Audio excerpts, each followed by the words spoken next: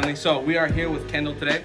She is a figure competitor looking to make the jump into wellness, right? Yeah. She has a little bit of issues with her interior pelvic tilt, which means that instead of her frame sitting nice and straight, her glutes kind of go out this way and or flares out. Her quads are really tight, hip flexors are really tight. Her hamstrings are always in a lot of pain, I'm assuming. Oh, always. Lower back is always shortened up, so it causes a lot of pain in her sacrum. And then also her sciatic nerve, which means a shooting pain goes down her legs. So we're gonna work on that, look at that today. Kendall, do me a favor, stand up. And you're gonna face that way for me. Okay, it's not too bad. Go ahead and lift this arm up. It's not too bad. Do me a favor, tuck in your core or tighten the core up. That's where we want to be, right there. Go ahead and relax it, and then you can see how that glute fires back out. So that's what we're going to be working on. First, we're going to check out her quads, her hip flexors, and her adductors. The first thing we're going to look at is how far her back raises up from the table, which isn't too much. So you probably just have really tight hip flexors. Yeah. So she does have some inconsistencies in her quads. So if you guys don't know, the hip flexors go from, well, the hip flexors consist of 5 different muscles: the quads, the sartorius, the hip flexors, and the iliacus, which is this bad boy here, which nobody touches, and this contributes to a lot of back pain and hip pain. Yeah, that was it. So right in between, I don't have a good chart up here, but all that is horrible, dude. Yeah, that's it. From here all the way up to here, and then it connects to your lower back, your spine, your lumbar part of the spine.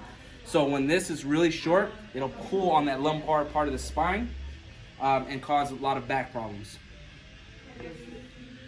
So I'm gonna focus a lot right in her iliacus, and in her hip flexors, the whole kind of the right in here. When we first start this stretch, or when we first get into it, we have to stimulate the muscle. It will not allow us to get into there, so we have to kind of wiggle ourselves in there. It gets easier and easier, but then when we hit that new plateau, it starts to suck all over again. All right, so now what I'm gonna do is I'm gonna trap the hip down, pin it down, and just rotate the leg. It's a nice stretch, right? We're forcing it, but we're not forcing it. And we wanna make sure that everything we do here is nice, slow, deep, and controlled. Just because if I roll off of it, I'm gonna fall into something that I don't wanna fall into. But if we stimulate that muscle or that area too much, it'll bruise it and irritate her for the rest of the day. So everything has to be nice and controlled. There you go. You guys don't even see me moving. She feels it though. There we go. So for a lot of, especially female competitors, this is always a problem because judges always want to see the tie-in from the hamstring to the glute. Yes, that is a huge, especially in bikini, figure, and I'm pretty sure they're gonna do it in wellness. Yeah, big time. And what that looks like is just how well that hamstring looks and how defined it looks going into the glute, and then seeing the outline of the glute. They even look for upper quads now too. Okay. So they're constantly come out of here. So the way to flex or see that tie-in is they have to literally bend over enough, not too much, and stick their ass out just to get that tie-in look. And it'll cause issues up here. Okay, so now we're gonna do a little bit of stretching before we get into the cups and blades. How often do you stretch? Pretty good, but not as much as I should. You feel that pulling a lot?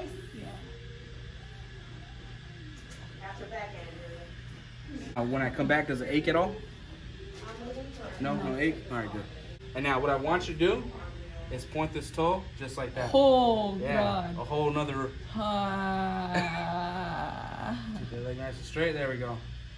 Just those micro turns and micro flexions. Oh, fuck. Okay. Right now, I'm just getting her quad warmed up for the amount of work that we're gonna do.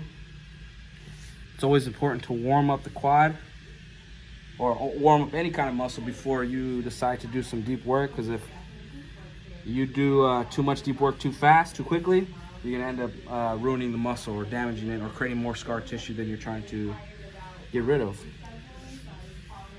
So right now, as I'm putting oil on, I'm looking for inconsistencies in the quad and in the adductors, hip flexors, and IT band. Like right in here, she's got some scar tissue, so I'm gonna take the blade to this area, just kind of smooth it out, even it out. All right, so now I am using the blades to basically even everything out, pull out some of those inconsistencies, and I'm just stimulating the muscle. And I want to see the muscle get this flush.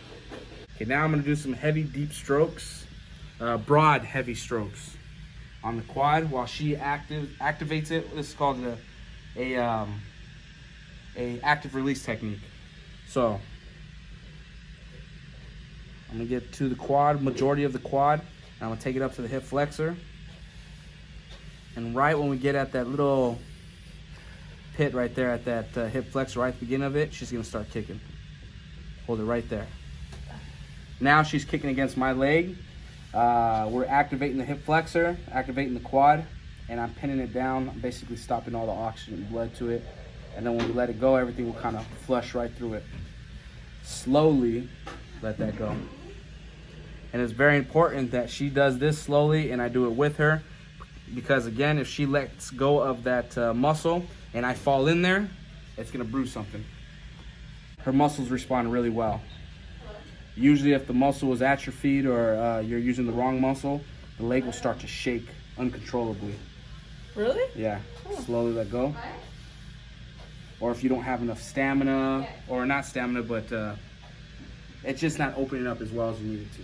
That's what that means. So I'm gonna open up her IT bands, which is this band that comes right through here, goes into the, goes through the labrum, sits at the TFL, comes all the way down, goes through the knee, and sits right here at this. Oh, that's fun. Yeah.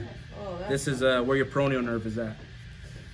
So if you ever get any knee pain right throughout here, it's normally because your IT band is too tight. One's being pulled more than the other. There's too much restriction there, and it's pulling on this knee upwards.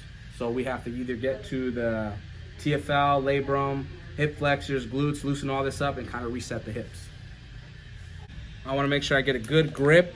So not only is it pulling on the skin, but it's pinning down the muscle. So when we have her forcefully move her leg and she's going to do all the work, it's going to start to elongate that muscle and break up some of the scar tissue. Then what the cups do are bringing blood and oxygen to this area, so it's feeding the muscle. So it does multiple things at once. Right now I'm just gonna have her bring the leg up, fully extend it, take it to the chest, bring it back and fully extend it, relax it, reset the muscle, and then come down here and bend the motherfucker. All right, go ahead, reset it. There you go. It's very important that you let the muscle reset, because if we have it constantly tightened or contracted, it's not, we're not doing anything. There we go. We want to make sure that this knee or this knee's pointing downwards, and relax. Let it set. There you go. Take it back up. And we're going to do this as much as the muscle allows us to do. So when it starts to look like it's getting easier, it'll feel easier to her as well.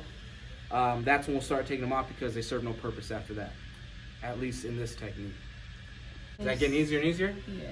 See, that's what I'm talking about. When it gets easy, these things serve no purpose. You can see how much the cup changes the color. This could mean a few different things. Hers, probably she's not getting enough circulation through her legs. Is it hard for you to build up your legs? Or actually, no, it's not. I don't think it is it? Yeah, give and take. Okay, so one of the things I like to do is have whoever's on the table stand up, and then it kind of just resets and have them move, and then they'll get back into your posture. So I want you to go ahead and stand up. Go ahead and square yourself away. So now we're gonna start working on our hamstrings, glutes, and lower back. So one thing I like to do for everybody is, you guys see me do this on a bunch of my videos, is sit on the QL, and it kind of resets it, lets it relax. So I'm gonna pull this just a little bit. Right in between the spine and the sacrum. And we're just gonna sit there and let the muscle tell me when it's ready to get worked on. Now what I'm gonna do is I'm gonna start pulling that muscle out this way. Very subtle, very subtle. She can feel it though. And it's just stretching it out. So you have to be very careful that you don't hit any of the bony landmarks when you're in this area, and that you're not make sure you're going down and not to the side where you're gonna put pressure on the spine, the lumbar part of the spine, because that's not gonna feel good. And I guarantee your client won't tell you just because they have no idea what to expect. Now I'm just getting into her glute and basically stimulating it. The glute can take a tremendous amount of pressure in the right places just because it doesn't get as stimulated the way it needs to. So right now I'm just attacking her glute minor, getting to the glute major, trying to see if I can get somewhere into the piriformis. Now I'm kind of sliding down to her TFL, which this one hurts and feels great at the same time. At the same time, yeah, it's kind of weird. Get back into the glute. And we've talked about this before, but when the glute is, we're gonna show off your buns a little bit. Oh, that's good. I've been building them. So. She's been preparing. So you can see that the glute, it's up. And that's totally fine, but that means that everything underneath the tissue is tense and it's tight. You'll see once we're done with this glute that the glute will fall down, and that's a nice relaxed muscle. Everything in here is now, it's not working so hard. This is a great stretch for anyone who's got lower back pain consistently. Now, how can I do this on my own? I'll show you a stretch after. Now we're gonna get into her, we wanna make sure that this leg is nice and straight. There we go. Now I'm gonna get into her TFL. I'm basically gonna push the TFL that way, and I'm gonna pull her leg this way, and it's gonna stretch her hips out, giving her a little bit more room. And this one feels great as well. No pain in the knee, right? No.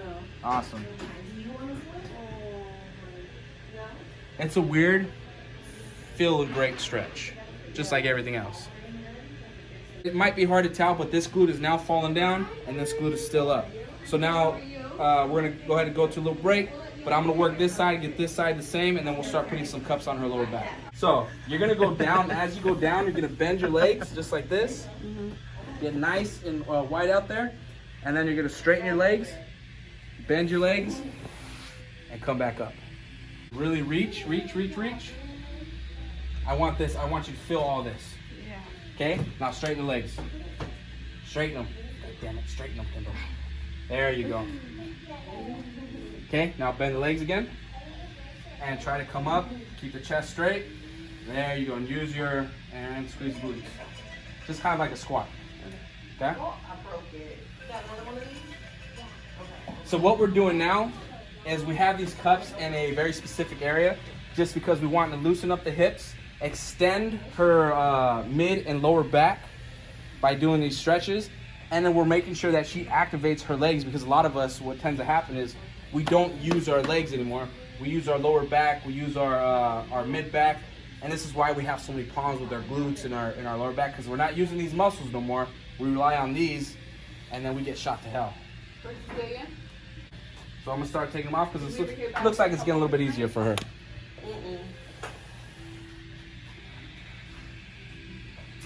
So he's okay with 6, but we don't know if she's okay with 8, right?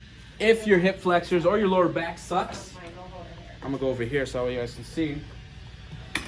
One of the easiest, I'm gonna actually have you do it, Kendall. I want you to put your leg up here. More colors on it. Just like that, there you go. You wanna get on a chair or a stool that gives you 90 degrees here. If you're having trouble with this glute firing off, or not, like it's starting to shake or anything, that is a good indication that the muscles, the lower part of your hip flexor muscles aren't working correctly. Now, we're gonna find out if her higher hip flexor muscles are too tight or too loose, okay? So take up the knee. You gotta start over, you're gonna take a lot of And take it back down. Over and over.